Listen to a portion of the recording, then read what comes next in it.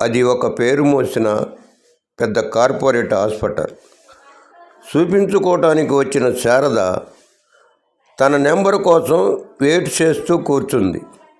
ఇంతలో అక్కడ బయట ఏడుస్తూ కూర్చుంది ఒక ఆవిడ.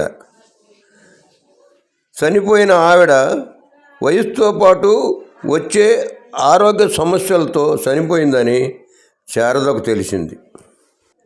తల్లి దగ్గర గుండె పగిలేలా రోధిస్తున్న అమ్మాయి దగ్గరకు శారద వచ్చి ఆమె చేతులను పట్టుకొని, ఏడవకు తల్లి, పుట్టిన ప్రతి మనిషి ఏదో ఒక రోజు పోవాల్సిందే, కానీ కాస్త ముందు వెనక అంతే.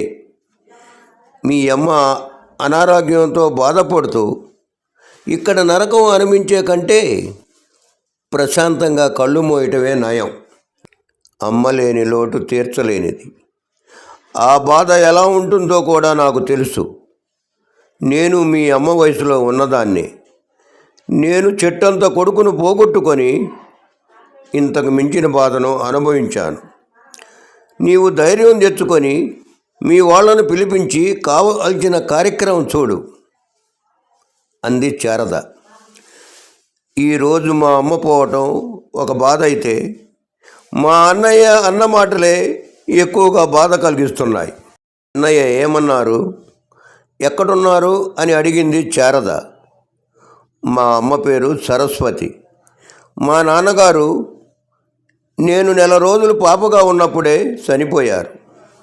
అప్పుడు మా అన్నయ్యకు 3 ఏళ్ళు. అమ్మ పేరుకు తగ్గట్టుగానే చదువుల సరస్వతి. అమ్మ కోరిక మేరకు పెళ్ళయ్యాక కూడా నాన్న అమ్మని చదివించారు. అమ్మ బీఎడ్ ఎగ్జామ్లో పాస్ అయి గవర్నమెంట్ టీచర్ జాబ్ వచ్చింది. అన్నయ్య ఉద్యోగం చేస్తూ పెళ్లి చేసుకొని అమెరికా వెళ్ళిపోయాడు. అతనికి 2 పిల్లలు. నాకు పెళ్ళయింది. మాకు బాబు పుట్టిన తర్వాత నాకు మా వారికి గొడవలు వచ్చి 2 విడాకులు తీసుకున్నాం. అలా తిరిగి నేను అమ్మ దగ్గరికి చేరాను. ఉద్యోగం చేస్తూ బాబు అమ్మను చూసుకుంటున్నాను. పెన్షన్ వచ్చేది అమ్మకి. అయినా ఖాళీగా ఉండకుండా చిన్నపిల్లలకు ట్యూషన్ చెప్పటం లాంటిది చేసేది. అమ్మకు ఇలా అయిందని అన్నయ్యకు ఫోన్ చేశాను. ఆ మాటలు విని అన్నయ్య సమాధానం, మీ వదిన నేను పిల్లలు మెక్సికో వెళ్తున్నాం. 2 నెలల క్రితమే ఫ్లైట్ టికెట్లు రూము అన్నీ బుక్ చేసుకున్నాం. రావటానికి కుదరదు అంటే. అలా ఎలా మాట్లాడుతున్నావురా? అమ్మని ఆఖరి చూపు చూసి అమ్మకు చేయవలసిన పనులు నువ్వు చేయకుండా ఎవరికో చెప్పాలా? అమ్మ మనిద్దరిని ఎంత కష్టపడి పెంచిందో మర్చిపోయావా? ఏం డ్రామా ఆడకు, ప్రాక్టికల్గా ఆలోచించు.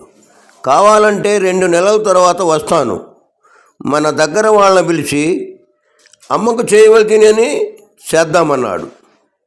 అసలు నువ్వు మనిషివేనా అంటూ ఫోన్ కట్ చేసింది. అంతా విన్న శారద గుండె బరివెక్కింది. కొడుకు లేక నేను ఏడుస్తున్నా. కన్న తల్లి మీద కొడుక్కి రవంత ప్రేమ కూడా లేకుండా పోయిందని మనసులో అనుకుంది శారద. అమ్మాయి అరుణ, నేను మా వారికి ఫోన్ చేస్తాను. మీ అమ్మకి చేసే కార్యక్రమాలకి తోడుగా మేము ఉంటాం అంటూ చెప్పింది శారద. ఇంతలో ఒక డాక్టరు ఇంకా 20 మంది యువకులు వచ్చి ఆవిడ తల్లి దేహాన్ని ఆవిడని తీసుకొని వెళ్తుంటే, ఆడపిల్ల ఒక్కతే వెళ్తుందని శారద కూడా తోడుగా వెళ్ళింది. చుట్టుపక్కల వాళ్ళు కొందరు వచ్చి పలకరించి సానుభూతి చూపించి వెళుతున్నారు. శ్మశానానికి తీసుకెళ్ళి అన్నీ శాస్త్రవేత్తంగా జరిపించారు. ఆ డాక్టర్ ఇంకా 10 మంది కలిసి సరస్వతి కాళ్లకు అందరూ కలిసి మొక్కి అందరూ కలిసి తలకొరివి పెట్టారు. అంతా పూర్తయ్యాక ఇంటికి వచ్చేశారు. భోజనాలు అయ్యాక అరుణ ఉండబట్టలేక, మీరంతా ఎవరు అని అడిగింది. ఒక మాస్టారు, నేను మీ అమ్మ 3 ఏళ్ళు కలిసి పనిచేశాం. ఓర్పు, సహనం, తెలివి, పట్టుదల అన్నీ మీ అమ్మ సొత్తు. బాధలు ఉన్న మీ అమ్మ ముఖం మీద చిరునవ్వు చెరగనిచ్చేది కాదు. డాక్టర్ ముందుకు వచ్చి, ఈ విషయం నేను చెప్తానక్క. నా పేరు సతీష్. మేమందరం సరస్వతి మేడం దగ్గర చదువుకున్న వాళ్ళమే. ఆమె దయ వల్ల మేము ఒక్కొక్కరు ఒక్కొక్క స్థాయిలో ఉన్నాం. టీచర్ని కలవాలని ఎప్పటి నుంచో ఎక్కడెక్కడో ఎదుగుతున్నాం, కానీ దొరకలేదు. ఇప్పుడు ఇలా కలిశాం. మీరు నాకు చాలా సహాయం చేశారు. మీ రుణం ఎలా తీర్చుకోను అంది అరుణ. అక్క, మాకు మీరు రుణం ఏంటి? ఇది మా బాధ్యత. మాకు ఇలా గురుదక్షిణ ఇచ్చుకునే భాగ్యం కల్పించినందుకు చాలా సంతోషంగా ఉంది.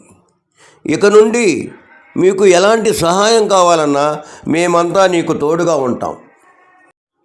4 అక్షరాలు నేర్చుకున్నందుకు వాళ్ళు తల్లిలా ఆమె ఆత్మకి శాంతి కలిగించారు.